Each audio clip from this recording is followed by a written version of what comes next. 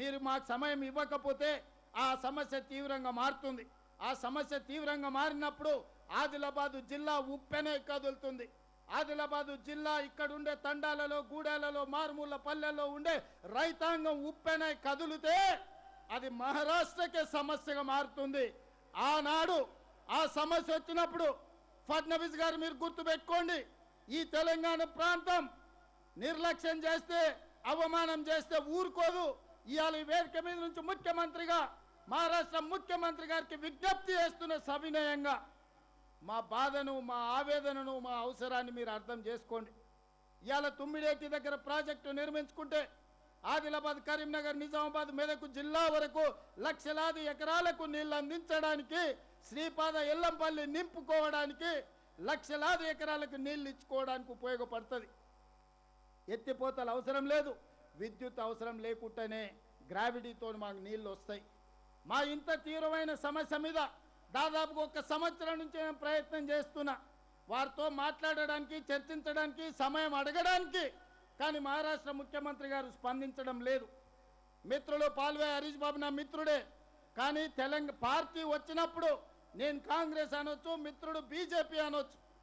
కానీ నీళ్ల విషయంలో, సమస్యల విషయంలో, రైతాంగ సమస్యల్ని పరిష్కరించాలనుకుంటే పాల్వే హరీష్ కూడా ఆదిలాబాదు బిడ్డనే, ఈ ప్రాంత ప్రజల పక్షాన నిలబడతాడు, మహారాష్ట్ర సమస్యను పరిష్కరించుకోవడానికి ప్రయత్నం చేస్తాడు.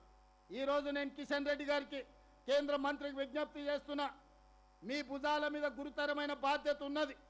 మీరు తెలంగాణ రాష్ట్రం నుంచి పార్లమెంట్ సభ్యుడిగా కేంద్ర ప్రభుత్వంలో మీరున్నారు. మహారాష్ట్ర ముఖ్యమంత్రి గారు ఎందుకో వివక్ష చూపిస్తున్నాడు, ఎందుకో నిర్లక్ష్యంగా వ్యవహరిస్తున్నాడు. మా సమస్యను పరిష్కరించుకోవడానికి సంవత్సరం నుంచి మేము ప్రయత్నం చేస్తుంటే కనీస గౌరవం, మర్యాద కూడా పాటిస్తలేడు తెలంగాణ ముఖ్యమంత్రి పక్షాన.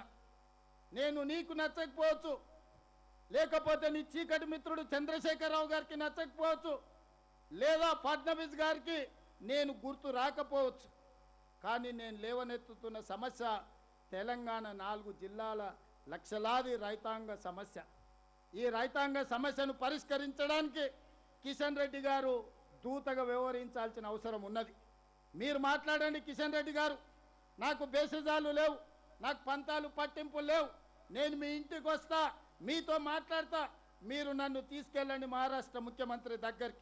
తక్షణమే ఈ ఆదిలాబాదు జిల్లా, కరీంనగర్ జిల్లా, నిజామాబాదు, మెదక్ వరకు ఈ గోదావరి జలాలను తరలించాలంటే తుమ్మిడిఎట్టు ప్రాజెక్టును పూర్తి చేయాలి.